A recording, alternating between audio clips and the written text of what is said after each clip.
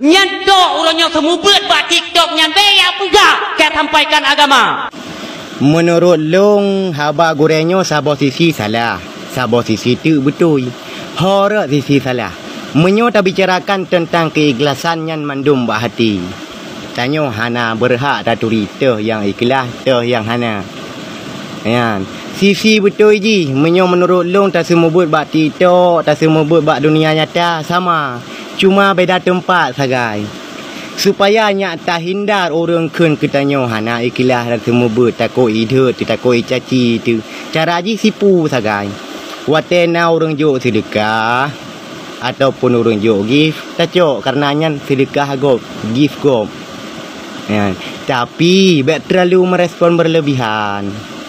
Terima kasih keluarga akai tu.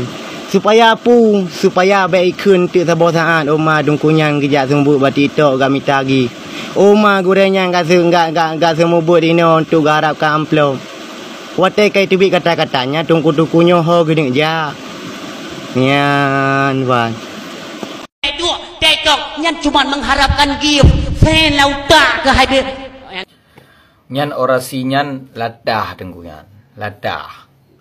Mencerminkan ganya Nabi gebut. Padahal kena hadis kan? Nah hadis sahih. Inna ahaqqa ma akhadtum alaihi ajran kitabullah. Bahwa sungguh yang paling patut engkau ambil ujrah engkos adalah kitab Allah. Sehingga dalam kitab Fathul Mu'in jilid gele 112 wa yasihu istijaru nafsihi ala ta'limil Quran.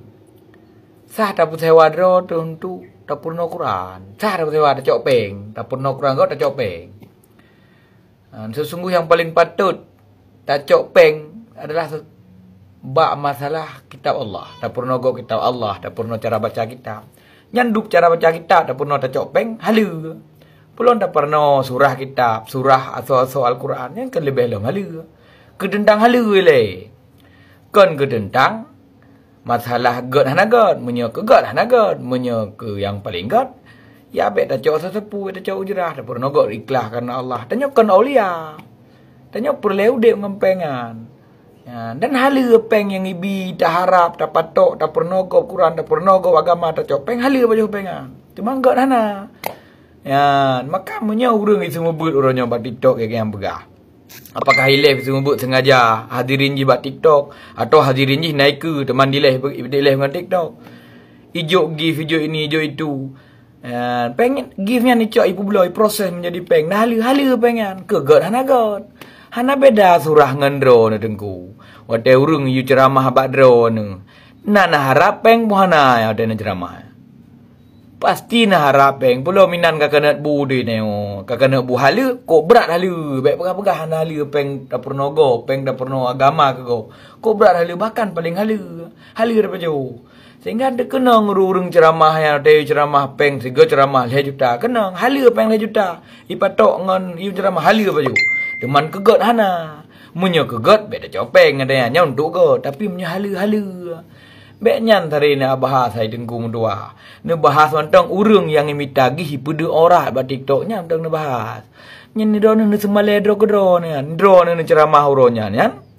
Menyahai bipeng ah na jasi dan dalam ule ni tetap nan harap berkah ba urang. Pak beda dia ada ceramah dah sembut dah harap berkah. Ngani semua but urang ba TikTok diharap gi. Lebih berat urang harap berkah. Karena sedekahnya langsung je ke peng. Menyaginya proses je ke peng. Nyainan, halu pajuan, bet salah cara tangkap, hukum bet salah cara pegang.